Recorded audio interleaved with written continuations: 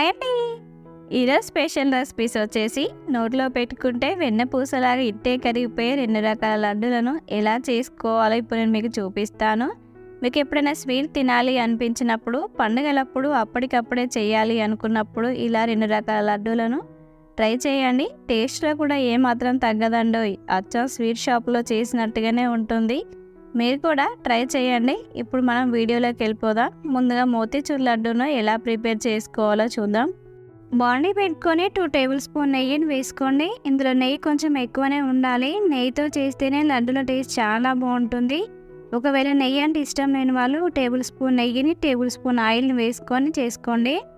నెయ్యి వేడైన తర్వాత డ్రై ఫ్రూట్స్ని వేసుకొని వేపుకోవాలి. లో ఫ్లేమ్లోనే పెట్టుకొని వేపుకోండి. డ్రై ఫ్రూట్స్ ఇలా చక్కగా వేగిన తర్వాత తీసి పక్కన పెట్టేసుకోండి. ఇప్పుడు అదే నెయ్యిలో 1 కప్పు వరకు గోధుమ రవ్వను వేసుకొని కలుపుకోవాలి. మనం గోధుమ రవ్వను ఏ కప్పుతో తీసుకుంటామో మిగతా ఇంగ్రీడియంట్స్ కూడా అదే కప్పుతో తీసుకోవాలి. నీటిలో ఒక 5 నిమిషాల పాటు బాగా వేపుకోవాలి. వేగుతున్నప్పుడు రవ్వ మంచి వాసన వస్తూ ఉంటుంది. అంతవరకు మాత్రం ఖచ్చితంగా వేపుకోవాలి. రవ్వ ఇలా చక్కగా వేగిన తర్వాత తీసి పక్కన పెట్టేసుకోండి. బాండీ పెట్టుకొని మన రవ్వని ఏ కప్పుతో కొలుచుకున్నామో అదే కప్పుతో 3 కప్పుల వాటర్ను పోసుకోండి. వాటర్ బాగా మరిగేంత వరకు ఉంచుకోవాలి. వాటర్ ఇలా బాగా మరుగుతున్నప్పుడు చిటికెడు ఫుడ్ కలరు, 1/2 టీ స్పూన్ ఇలాచి పౌడర్ వేసుకోండి. ఇలాచీలను పొట్టుతో సహా దంచుకొని వేసుకోవాలి.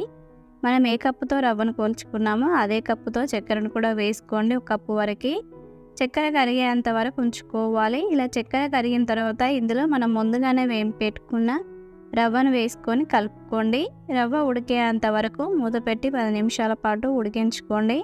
ఇలా వాటర్లో చక్కెర వేసుకొని కరిగించుకోవడం వల్ల రవ్వ అనేది చక్కెరను బాగా అబ్జర్వ్ చేసుకుంటుంది. చాలామంది రవ్వ ఉడికిన తర్వాత చక్కెరను వేస్తూ ఉంటారు. అలా వేసుకోవడం వల్ల చక్కెర సరిగా కరగదు, తినేటప్పుడు అక్కడక్కడ తగులుతూ ఉంటుంది. రవ్వ ఉడికి మీకు ఇలా వీడియోలో చూపిస్తున్న విధంగా దగ్గర పడిన తర్వాత కలుపుకోండి. ఇప్పుడు స్టవ్ ఆఫ్ చేసి ఇందులో మనం ముందుగానే పెట్టుకున్న డ్రై ఫ్రూట్స్ని వేసుకొని ఒకసారి మిక్స్ చేసుకోండి. ఇప్పుడు 5 నిమిషాల పాటు పక్కన పెట్టేసుకోండి చల్లారేంత వరకు. చల్లారిన తర్వాత రవ్వనంతా ఒకసారి బాగా కలుపుకొని ఇప్పుడు చేతికి నెయ్యి అప్లై చేసుకొని మీకు లడ్డు ఏ సైజులో కావాలో ఆ సైజులో మీకు వీడియోలో చూపిస్తున్న విధంగా చేతి వేళ్ళతో నిదానంగా ప్రెస్ చేస్తూ లడ్డూలను చేసుకోండి. మీకు ఫుడ్ కలర్ ఇష్టం లేకపోతే స్కిప్ చేసేయండి. బట్ ఫుడ్ కలర్ వేస్తేనే మీకు అచ్చం స్వీట్ షాప్లో చేసినట్టుగా కనబడతాయి. నేను ఇందులో కొంచెమే వేశాను. మీకు ఒకవేళ అలాగే కనబడాలి అని అంటే ఫుడ్ కలర్ని కొంచెం ఎక్కువ క్వాంటిటీలో వేసుకొని చేసుకోండి. ఇలా మిగతా వాటన్నిటిని చేసేసుకొని సర్వ్ చేసుకోవడమే. ఇంతే అండి, నోరూరించే ఎంతో టేస్టీకరమైన మోతీచూర్ లడ్డు రెడీ అయింది. ఇప్పుడు రెండోది వచ్చేసి రవ్వ లడ్డు. చాలామందికి రవ్వ లడ్డూలు గట్టిగా వస్తూ ఉంటాయి. ఎన్ని రోజులైనా కూడా మెత్తగా ఉండేలాంటి లడ్డూలను ఎలా చేసుకోవాలో ఇప్పుడు చూద్దాం. బాండీ పెట్టుకొని 2 టేబుల్ స్పూన్ నెయ్యిని వేసుకోండి. నెయ్యి కరిగిన తర్వాత డ్రై ఫ్రూట్స్ని వేసుకొని మంటను లో ఫ్లేమ్లోనే పెట్టుకొని వేపుకోవాలి. డ్రై ఫ్రూట్స్ ఇలా చక్కగా వేగిన తర్వాత వేరొక బౌల్లోకి తీసుకొని పక్కన పెట్టేసుకోండి. అదే నెయ్యిలో 1 కప్పు వరకు ఉప్మా రవ్వను వేసుకోండి. అదే అండి బొంబాయి రవ్వను వేసుకొని ఒక 5 నిమిషాల పాటు వేపుకోవాలి. ఇలా నేతిలోనే రవ్వను వేపుకోవడం వల్ల లడ్డూల టేస్ట్ చాలా బాగుంటుంది. వేపుతున్నప్పుడు రవ్వ మంచి వాసన వస్తూ ఉండాలి. 5 నిమిషాల తర్వాత ఇందులో 1/2 కప్పు కొబ్బరి పొడిని వేసుకోండి. మీరు పచ్చి కొబ్బరి తురుమునైనా వేసుకోవచ్చు. కాకపోతే నేను ఇన్స్టెంట్గా దొరికే కొబ్బరిని వేస్తున్నాను. ఇవి సూపర్ మార్కెట్లో దొరుకుతూ ఉంటాయి. కొబ్బరిని వేసుకొని కలుపుకోండి. 2 నిమిషాల పాటు కొబ్బరిని కూడా వేగాలి. రవ్వ కొబ్బరి వేగుతున్నప్పుడు మంచి వాసన వస్తూ ఉంటుంది. అప్పుడు స్టవ్ ఆఫ్ చేసేసి పక్కన పెట్టేసుకోండి. ఇప్పుడు అదే బాండీలో మనం ఏ కప్పుతో రవ్వను తీసుకున్నామో అదే కప్పుతో చక్కెరను కూడా తీసుకోండి.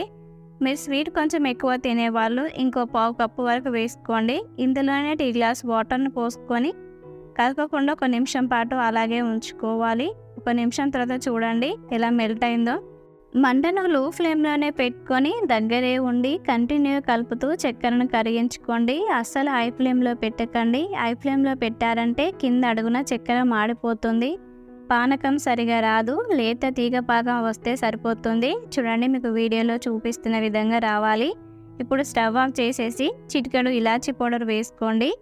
కలుపుకొని ఇప్పుడు ఇందులో మనం ముందుగానే పెట్టుకున్న రవ్వను కొద్దిగా వేసుకుంటూ కలుపుకోవాలి. ఉండలు లేకుండా కలుపుకోండి. మనం తీసుకున్న రవ్వ చక్కెర కరెక్ట్గా సరిపోయాయి. రవ్వని ఇలా ఉండలు లేకుండా కలుపుకున్న తర్వాత ఇప్పుడు ఇందులో మనం ముందుగానే వేంపెట్టుకున్న డ్రై ఫ్రూట్స్ని వేసుకోండి. రవ్వ అంతా కలిసేలాగా బాగా కలుపుకోవాలి. ఇప్పుడు 3 నిమిషాల పాటు చల్లారనివ్వండి. రవ్వ గోరువెచ్చగా ఉన్నప్పుడే లడ్డూల్లాగా చుట్టుకోవాలి. చాలామందికి పానకం పట్టే కాడ మిస్టేక్ జరుగుతూ ఉంటుంది. పానకం తక్కువై రవ్వ క్వాంటిటీ ఎక్కువైందంటే చల్లారిన తర్వాత రవ్వ మొత్తం గట్టిపడుతుంది, ఉండకట్టడానికి సరిగా రాదు. అలా చాలామందికి జరుగుతూ ఉంటుంది. అప్పుడు కాచి చల్లార్చిన పాలను కొద్ది కొద్దిగా వేసుకుంటూ నేను మీకు వీడియోలో చూపిస్తున్న విధంగా రవ్వ కన్సిస్టెంట్ ఇలా ఉండేలాగా చేసుకోండి. అప్పుడే లడ్డూలు గట్టిగా రాకుండా సాఫ్ట్గా వస్తాయి. ఎన్ని రోజులైనా కూడా మెత్తగానే ఉంటాయి. ఇప్పుడు మీకు లడ్డూలు ఏ సైజులో కావాలో ఆ సైజులో చేసుకోండి. మీకు నేను వీడియోలో చూపిస్తున్న విధంగా చేతి వేళ్ళతో నిదానంగా ఒత్తుకుంటూ చేసుకోండి. నేను ఇలా మీడియం సైజులో చేస్తున్నాను. మిగతా లడ్డూలన్నిటిని కూడా ఇలాగే చేసేసుకోండి. ఇంతే అండి, రవ్వ లడ్డు కూడా రెడీ అయింది.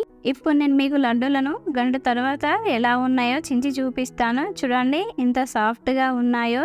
ఇవి 15 రోజులైనా కూడా పాడవకుండా సాఫ్ట్గానే ఉంటాయి. మీరు కూడా ట్రై చేసి మీకు ఎలా వచ్చిందో నాకు కింద కామెంట్ చేయండి, లైక్ చేయండి. మరికొన్ని మంచి మంచి రెసిపీస్ మన ఛానల్లో వస్తూ ఉంటాయి. సబ్స్క్రైబ్ చేసుకోండి. Thank you for watching.